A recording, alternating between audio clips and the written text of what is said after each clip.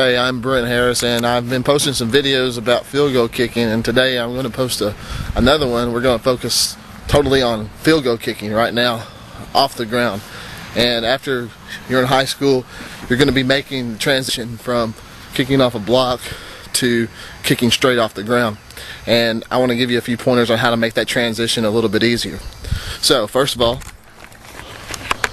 we've got our ball set up, of course.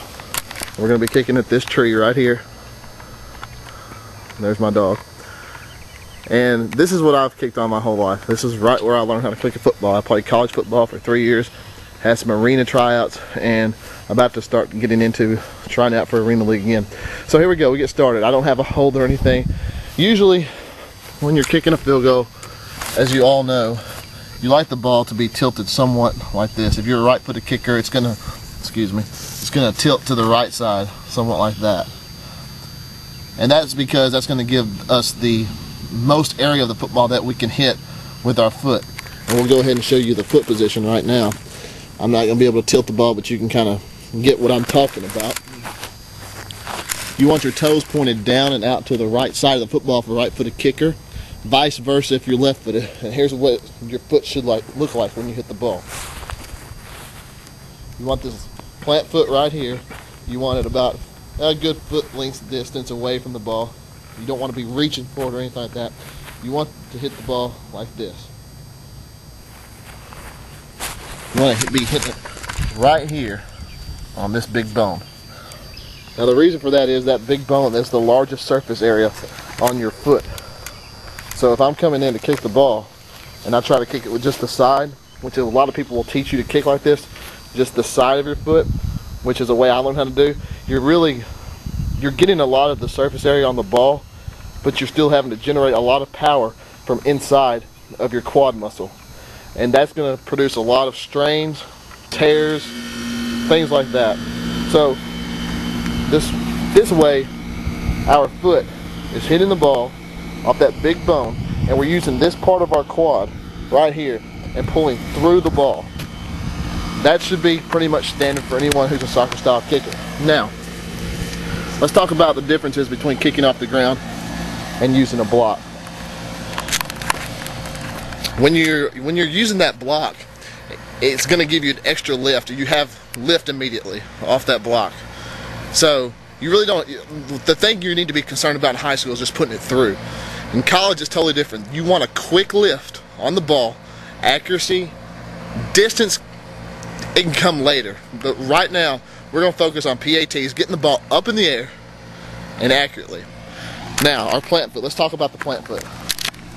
When we plant our foot, we want this part of our foot right here pretty much in line with this middle seam down the football.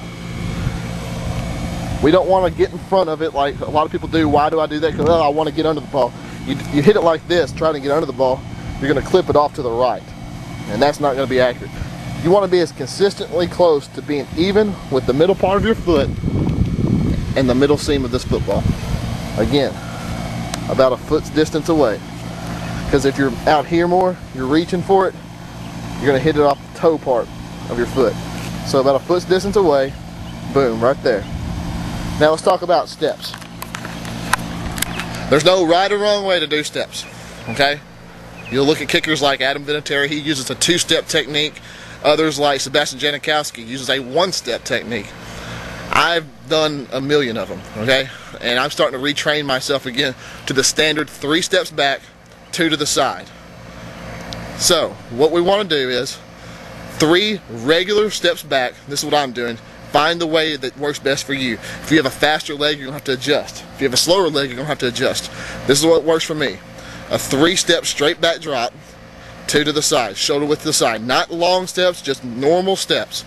When you finish going back, you should be between 6 and 8.5 feet back from the ball. So let's take a look at that. So from the ball, what I'm going to do is, I always, if there's no spot, if there's not going to be a ball here, I'm going to take my right foot on the ground, and I'm going to point to it with my toe. That lets my holder know, put your finger right there, that's where I want you to put the ball. So let's just say that the ball's been put down now. Okay. As soon as I get it to stand up in this grass. Alright. Now, I'm going to take my left foot, 1 step, 2 steps, 3 steps. Now, this is as far back as I'm going to go. You can see how far away I am from the ball. Not very far. This is me looking at the ball from where I'm standing right now. Hush, Sable. I've got my right toe. I want to look down the center of my cleat right here. Draw an imaginary line through the middle of the football through my target. So I'm all in a straight line right here. Now from here, I want to take 2 90-degree angles, shoulder width steps to my left. There's 1 and there's 2. Now, here's where I am in conjunction with the football right now, which is pretty much where I am every time. It's consistency. You do it over and over and over, and you do everything exactly the same every single time, and you will be a consistent kicker. These are my steps. I use a short jab step. First of all, you want your weight on your front foot. You want this back leg like this, kind of just hanging there. You want your toes stuffed in the ground, but you want all your weight really on this front leg, so when you take off, you're ready to fall forward. I'm going to use a short jab step. This is what I've always done, a short jab step, which is nothing more than that. See it again? Here to here. That's all it is. Okay, now we've got that. My next step is another very, very short step. I'm right here, jab step. My next step is about right here. Now still, look how far away I am from the ball. My foot's pointed out to the football, but still look how far away I am from the ball. This is for that big drive step, that jump that you need towards the ball to generate the height and the lift, as well as power, because when you jump from that spot to this spot, my leg is going to be cocked back, toes down to the ball, and this is going to give me lift, impact, and height. So, we'll review it. You want your foot, when kicking off the ground, you want your foot, left plant foot, the middle of your foot, in line with the middle seam of the football, about a right foot's distance away from it. Don't reach for it, and don't come in too close for your plant foot. You want to be just right, about a foot width away. 3 steps back to the side, or whatever works for you. There's no right or wrong way. A lot of people just go straight back at an angle, 2 steps, 1 step, 3 steps, whatever. You need to be able to be in a position where you're consistent and where you're getting the ball off in a good amount of time. In college, they're going to tell you it's 1.2 second snap, hold, kick. That's pretty standard.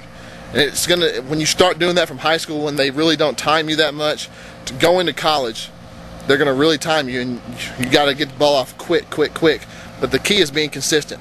So now we're going to take a few kicks. Going to show you some different angles of what I'm doing off the ground, and leave you with the rest of this video and some music.